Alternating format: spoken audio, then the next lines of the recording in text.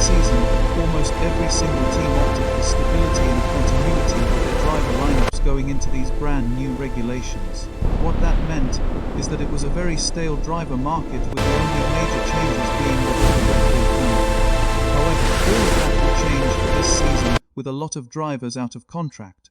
And so, here is 5 drivers who I think for various reasons are all under pressure to keep their seats for 2027. Well, when it comes to Esteban Ocon, right from the off, I think it's worth saying that even his own team principal had some pretty punchy things to say during Bahrain testing, and essentially admitted that H expected more from Ocon last season when he went up against a rookie Ollie Beeman. He is a teammate against a rookie. Yes, an amazing rookie, but nonetheless he's got 10 years of F1 under his belt. He is a race winner, he is a podium finisher, so we expected more from him. Or when your own team principal comes out and says that he expected more from you, that definitely puts you into the crosshairs, whether you like it or not. There is no doubt that off the back of being beaten by a rookie old man last season, who granted was already somewhat established within H, having raced for them once the year prior, that now puts Ocon in a very vulnerable position for 2026. I think it's fair to say that Esteban has been a bit of a complicated character. He has had more than his fair share of spiky relationships with ex-teams, and especially ex-teammates, which luckily hasn't manifested yet with Behrman. The problem is that when you combine the fact that Ocon is already at the top of his development curve, and the fact that he also comes with a little bit of baggage along with him as well, if he is not then beating a rookie teammate at his very first attempt, then the incentive to keep him for H becomes less and less. What I do think, however, might play in Ocon's favor even if he does get beaten by Ban again, is that if Ferrari decide that it's just not working with Lewis Hamilton and that Bahman is the natural successor as a Ferrari, King Ocon is the logical move to maintain some legally stability, as they try to find a replacement for Man with 2020 sailors their reign reserve running with 2 has Another year and yet another Red Bull teammate for Max Verstappen. Right from the off, Hajarot is already going into the season on the back foot, because during pre-season testing, and not only did he have that crash in Barcelona, but in Bahrain, he also got the majority of the bad luck when it came to reliability. Max Verstappen did the 8th most laps out of any driver on the grid, whilst Hudge did the 20th most laps. This is very similar to what happened with Lawson in the Red Bull last year with a compromised preseason.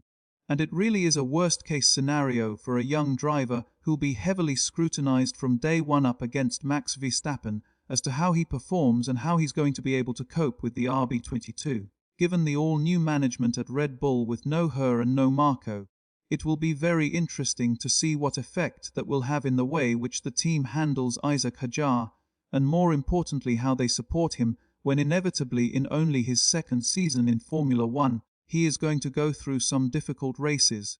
The Red Bull situation is also complicated by the fact that there is also a lot of uncertainty around Max's future as well, and how that will intertwine with Hadjar's future if yet again Max is totally carrying the team, but also wants to leave, will be very interesting to see. What I do think is in Hadjar's favor is that looking at Checo's time at Red Bull, his best season relative to Max was that very first season of the ground effect rules in 2022, when there were bigger gaps amongst the front, running and midfield teams, and thus more room for error. Other than that early recalibration period, which might allow Hadjar to be closer to Max artificially before Max fully adapts to the current generation of cars. I am genuinely worried for Isaac Hadjar, because even though he is clearly a very talented driver, even if he fails at Red Bull, his lack of experience and how he will deal mentally with the pressure of racing for Red Bull is the biggest unknown. Maybe the team will feel extra motivation after all of these years of chopping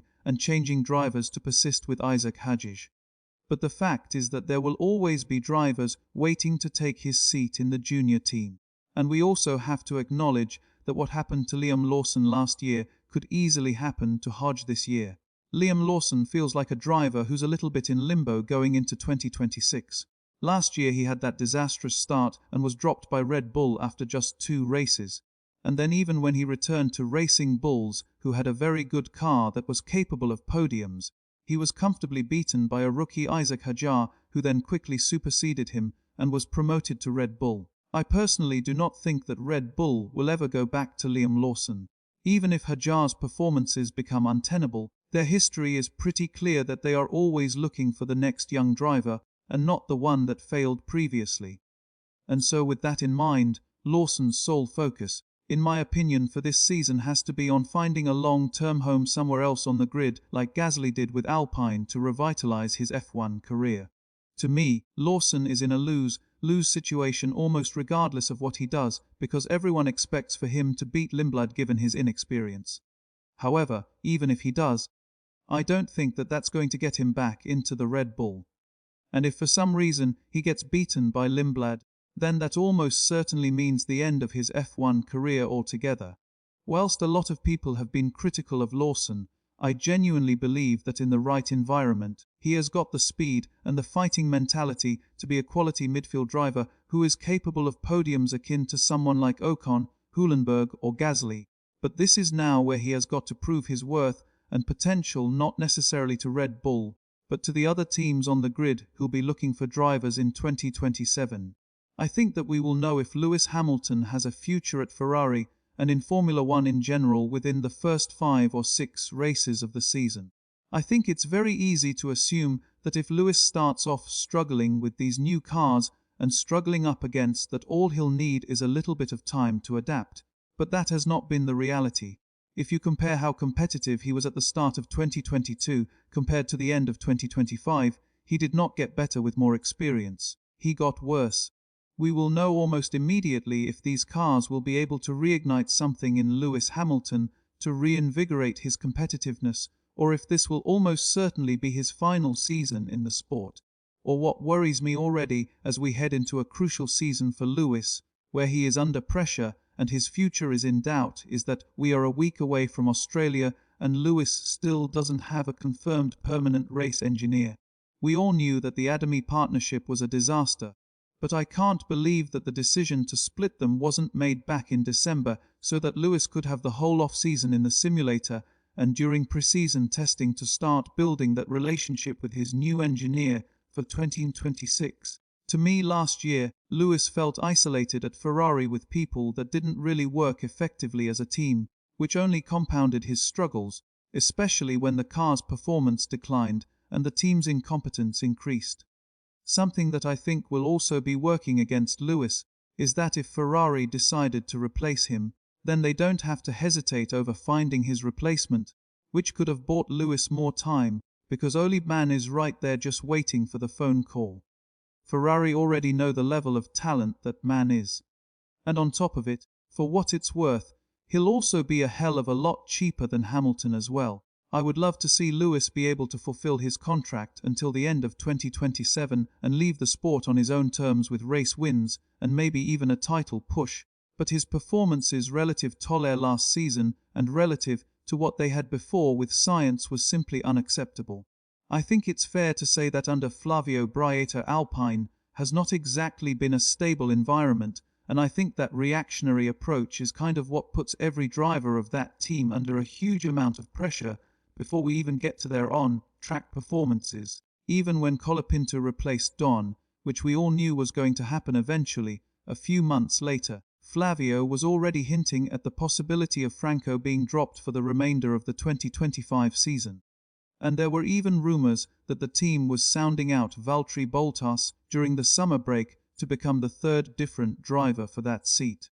With that kind of unpredictability from the management, it's going to be hard for Franco to truly feel like he has the full and undying support of the team, and to use that positive energy to give him more confidence as he continues to develop as a young driver. He's essentially going to have to manufacture some form of confidence from within himself with the knowledge that this isn't exactly a team that is massively invested in wanting to keep him. But with that in mind, what was quite encouraging towards the end of last season is that despite Alpine's uncompetitiveness, Colapinto did start to close the gap and beat Gasly in a few of the races. Having said that, it just feels like anything can happen with that seat for 2027.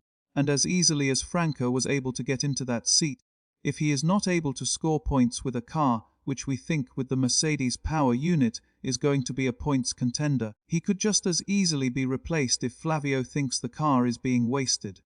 Well, there you have it. If you did enjoy this video and want to support the channel, then don't forget to subscribe. That would be massively appreciated. And I'll see you in the next one.